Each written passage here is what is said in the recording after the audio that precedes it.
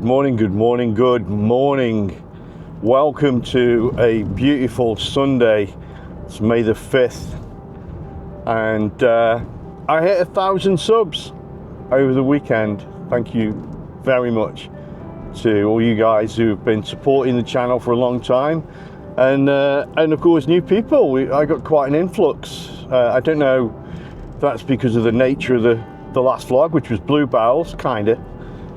Or if it's, I don't know, something in the algorithm. But anyway, thank you very much. I thought today, to sort of celebrate this little milestone, I'm going to go somewhere quite local that I've never been. Well, I haven't been to walk before. I've been to the area, but I've not been on a walk there. Certainly not done any photography there. Got MB with me. It's a bird sanctuary sort of thing, so I figured I might see a bird.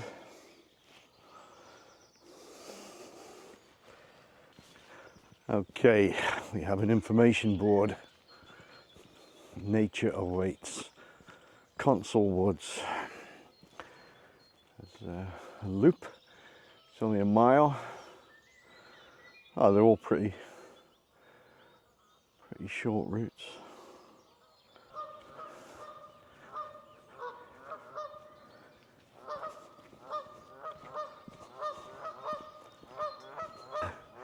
Listen to those guys kicking off. Canada goose, I think. Just found this lovely little, what would you call it, pond, I guess. It's a little bit of mist coming off it, but not quite enough for an image, I think, right now. But let's wander around. There they are. There's the guys. Let's go down a little muddy path. Some beautiful bluebells around, but not in great clumps. Not carpets, just patches, which can be nice. But I had a good bluebell session last week, so I'm okay just bypassing these for now, unless I see something spectacular. Okay, this place sort of splits two ways here. I'll keep to the left. Beautiful sun's coming at me. I took a gamble, didn't bring a bigger coat, and it is cool, but it's warming off, especially with me walking. So I guess another good guideline for landscape photography and landscape photography vlogging: dress appropriately, you know, always be prepared. I've got tons of warm clothes in the car and waterproofs and all that sort of stuff, but the weather report was very kind this morning and I felt I could get away with this. But I was right up to the minute I arrived here. I was ready to dress differently if required. Dress appropriately. Oh, is that another pond? I think it is. Yeah, okay, got another one. Let's go have a look. See, in the autumn, all these ponds and lakesides are going to be fantastic because of the backdrops, the colours. So you've got to work a bit harder and really rely on reflection and light. Okay, gonna do a shot to take in the fact that I have this lovely reflection. I've got two issues. The mist isn't quite thick enough to present anything really. It just disappears in the shot, and unfortunately I've got two massive chemtrails in the air. There's nothing I could do about that really. I mean, in post-processing I could get rid of them, but I won't bother. It's just going to have to be part of the scene, unfortunately.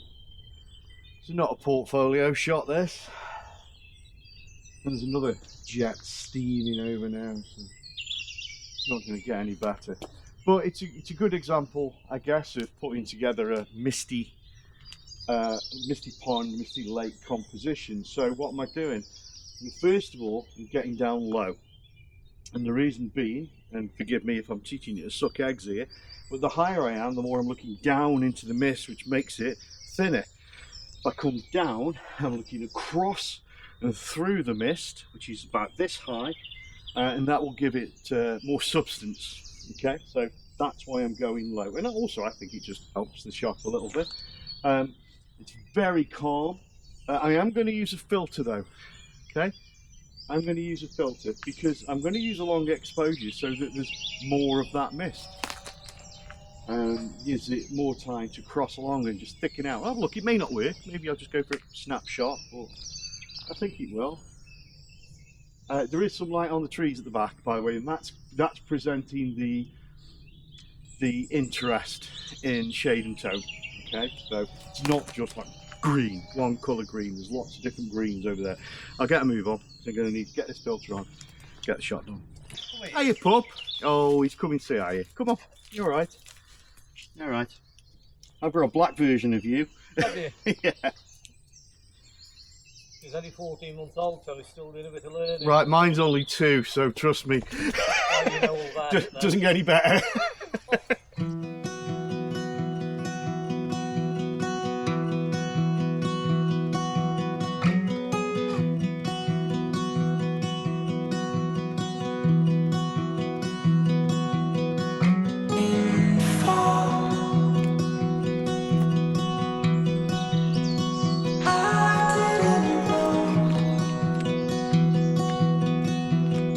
Okay, another one, and this is for photographers and vloggers alike.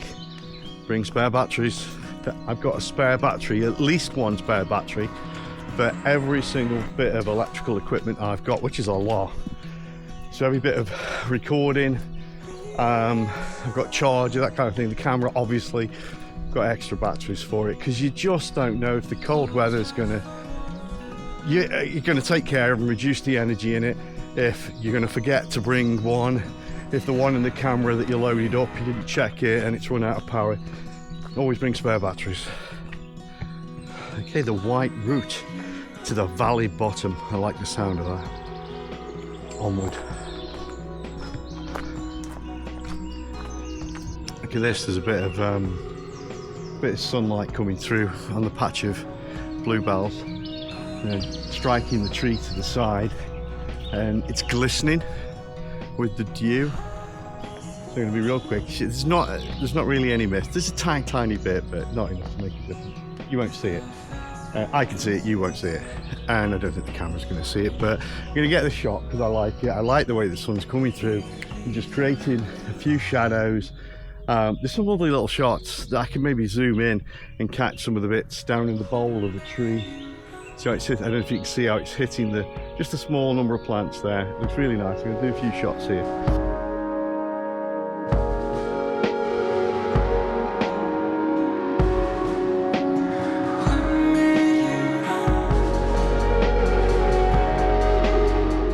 Kind of want to get deeper into that woodland, but it looks a bit messy. I don't think it's going to be an easy walk to the centre. So this has brought me back to the edge of the road. Some nice grand old trees across the way there, but nothing catching my eye right now. I think all the action is to the right in that sort of denser woodland, and it's just trying to find where these streams of light are picking out interesting patches. Oh, some beauties here. I mean, the road could be interesting, maybe. Oh no, not there. There's a big metal barrier. Blech, I don't like that. That's a shame.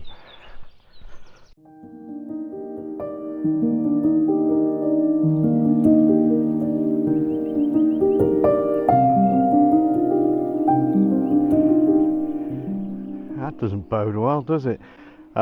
Old mine workings, take care. But what's absolutely wonderful is that they've put googly eyes on the falling man. Okay, another guideline.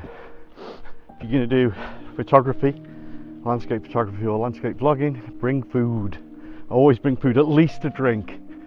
You just never know when you're going to want that drink, or have a snack, or sit down and just take in a moment and eat.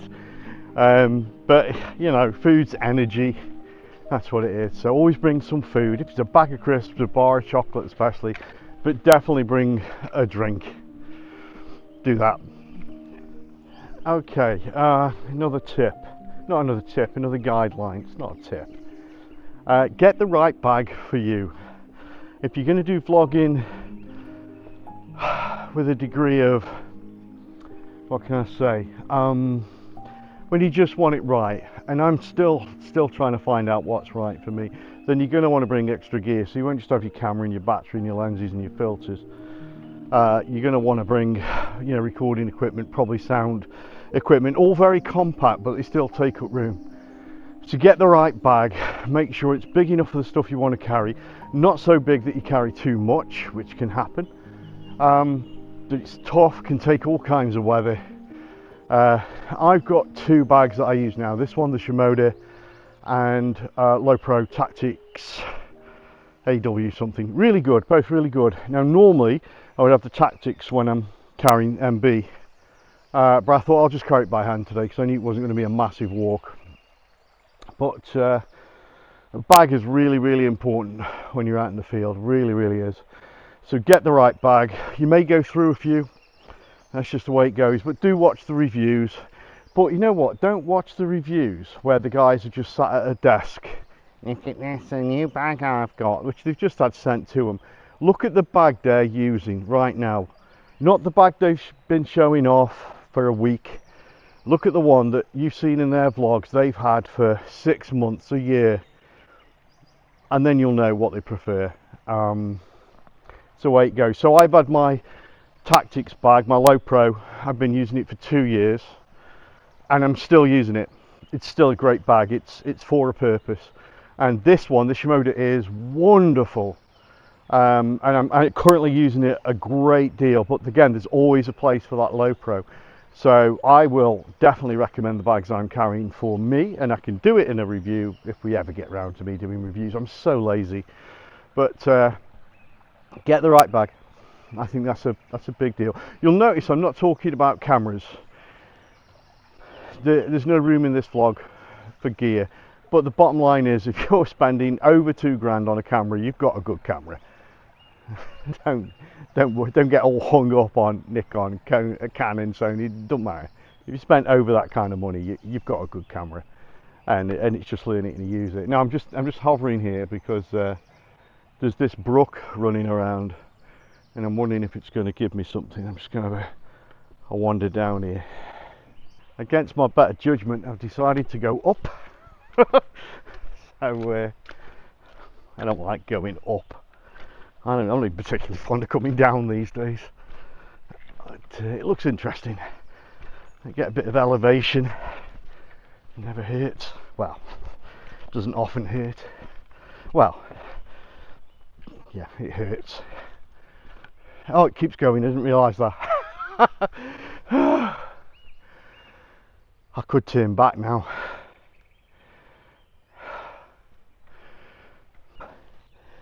I love it when you find a bench you can sit on, especially after you've just walked up the side of a hill.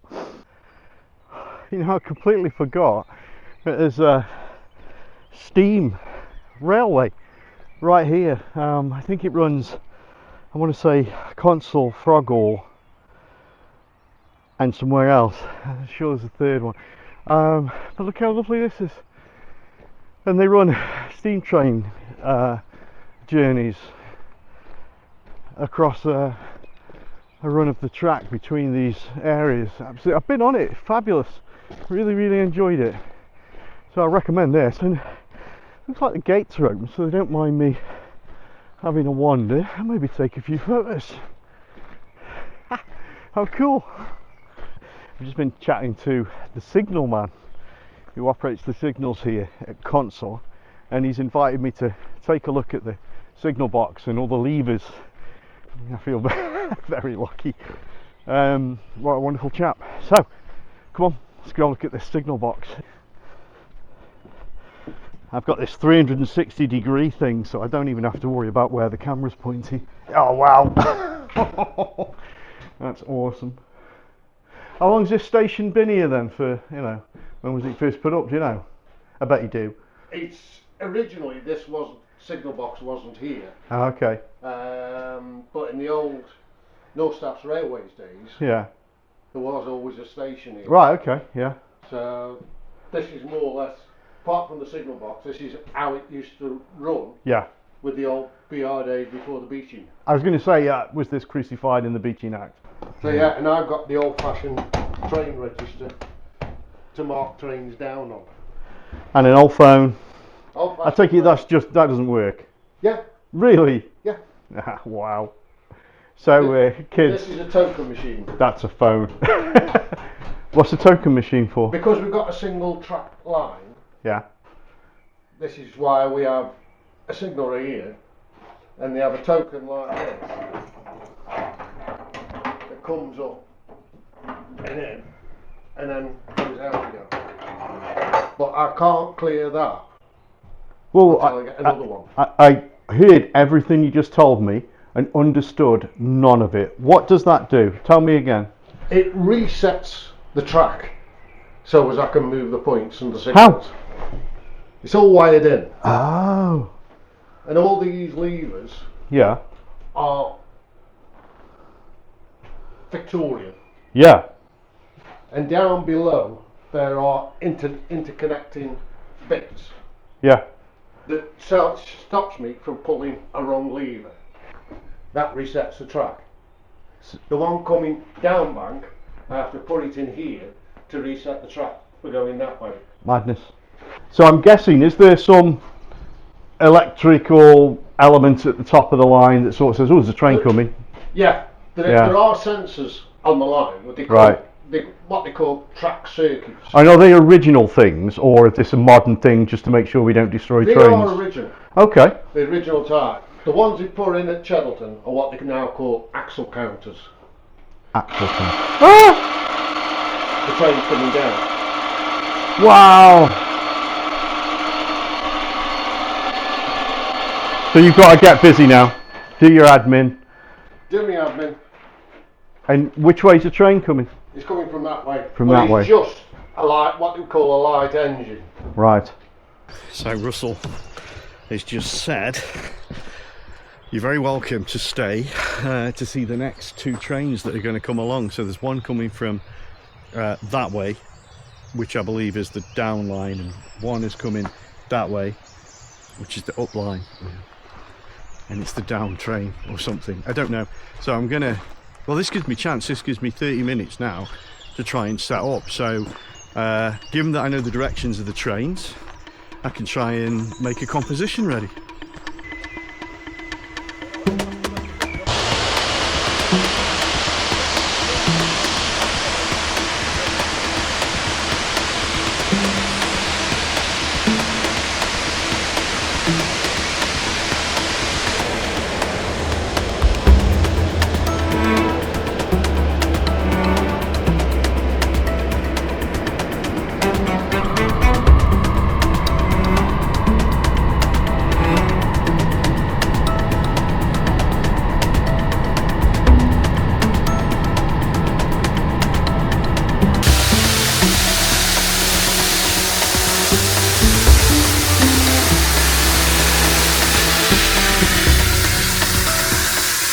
Okay, we've got another engine coming in.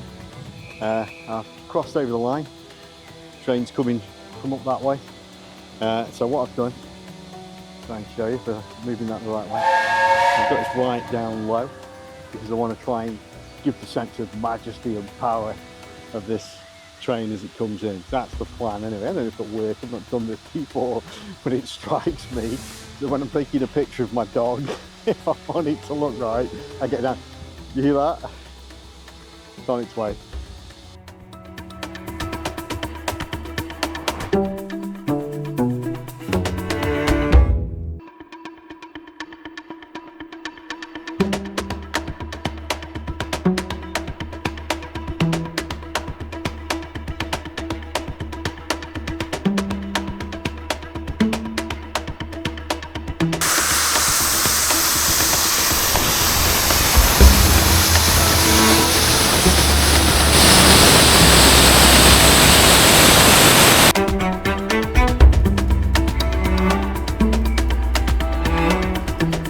Morning.